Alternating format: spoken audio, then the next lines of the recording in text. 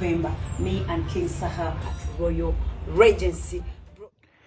Omuyimbi Shiba Kalungi akakasizza esayidi eno ne King Saha byengenda okubeera nga nkutuusako maaso awo birungi si birungi ate nga sindi ssanyu atuyimbiddemukko wali munanga ku ceremony.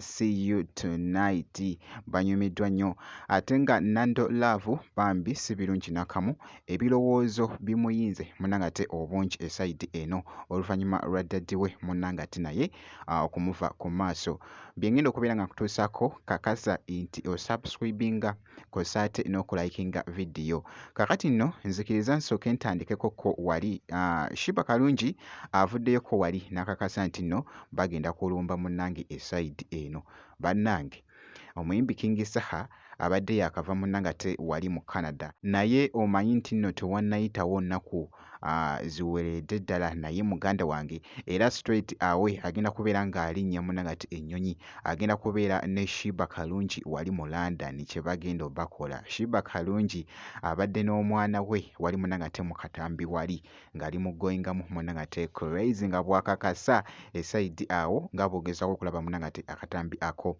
What's up, Londoners? What's up, Mashibaholics in London? Shiba Kalungi, aka Swag Mama, aka Mami A, aka the baddest. I am super excited. It's been a while. I can't wait to perform for you on 8th November. Me and King Saha Royal Regency, brought to you by, of course, the best JF Solutions.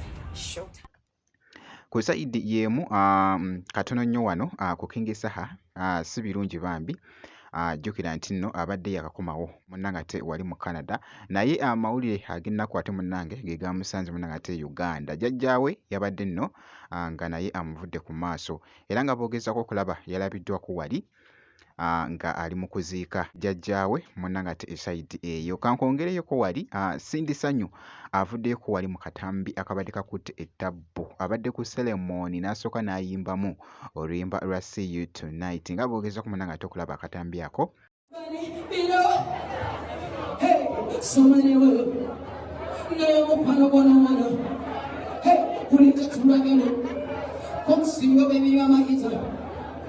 I'm in the mood, can I see you?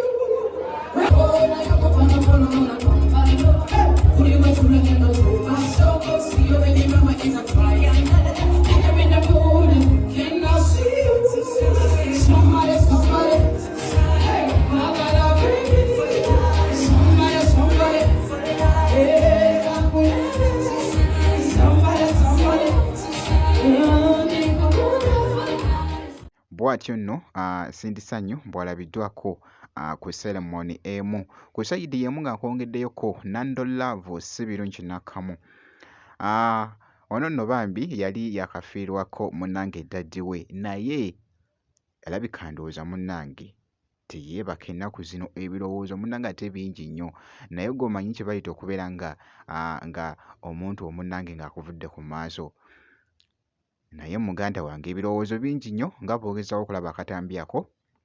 Manyi waliwo ekintu kimu mu bulamu bw'ensi eno ekiruma obw'okusinga byonna naye ebirowoozo biruma ne bisitula omutima ne kubeera mu bbanga guti n'obeera wano n'olowooza tekasi oba obeerako mu bantu kale obeera mu bakyali bo ne museka ne munyumya era olina kugamba n'okugamba Nando oli mugumu omutunuulira n'osmilinga naye nga wobeera wekka omutima gwewuuba waliwo ebifaananyi ebitakuva ku maaso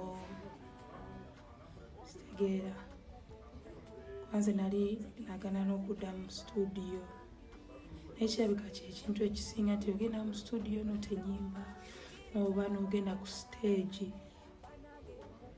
obeerako ne bafaani bo obeerako ku stage ate n'ogenda ku stage olina kugamba wagenze ku stage bannange nogamba bannaye kati nkole ntya naye ng'ebirowoozo biruma nnyo betaaga ekintu ekikubuzaabuza alina bwogenda n'okikolera naye bisigala bikulondoola kwegamba tusabirigane